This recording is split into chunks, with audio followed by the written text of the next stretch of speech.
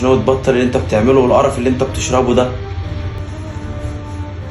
خليك في حالك وحياتك يا اخويا، مالكش دعوه بيا، سيبني في حالي، خليك في طريقك.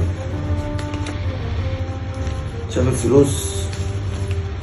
انت معاك ربعهم في جيبك، مش عاوز يا عم الفلوس بتاعتك دي. يا عم ابعد عني، خليك في حالك بالله عليك، ارحمنا بقى.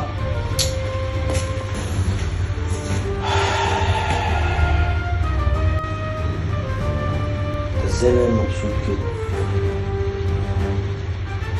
ازاي؟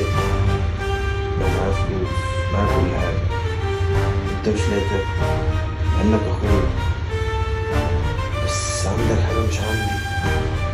ازاي بتنام وانت مرتاح كده؟ ازاي بيجيلك نوم؟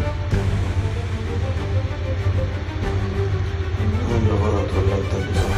انا مش فاهم اي حاجة، انا مش فاهم اي حاجة. هرجع لربنا، انا لازم اقرب من ربنا، ابطل كل حاجة وابطل اي حاجة انا بعملها، انا هبطلها، كل حاجة هبطلها. انا هبقى زيك واحسن منك. الله أكبر الله أكبر. الله أكبر الله أكبر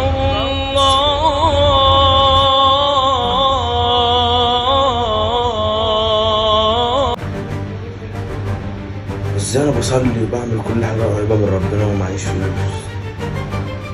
اخويا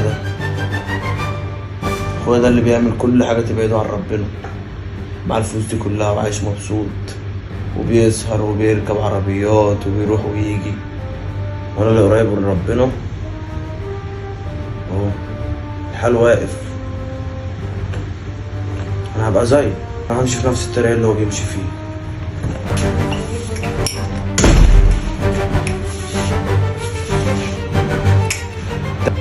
وايه اللي انت عامله في نفسك ده؟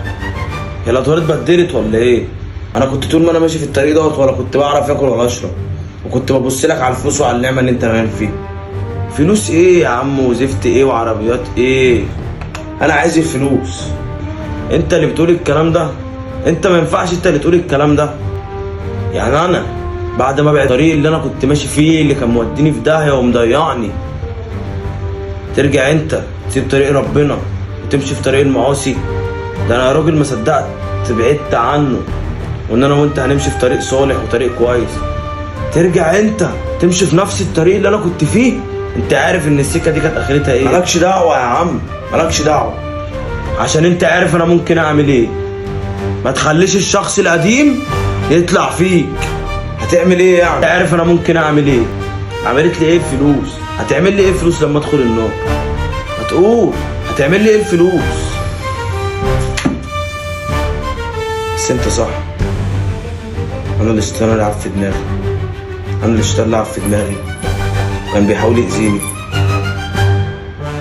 لازم امشي معاك يا اخويا، لازم احنا الاتنين طريقنا يبقى واحد. كنا مع بعض في الدنيا نبقى مع بعض في الاخر.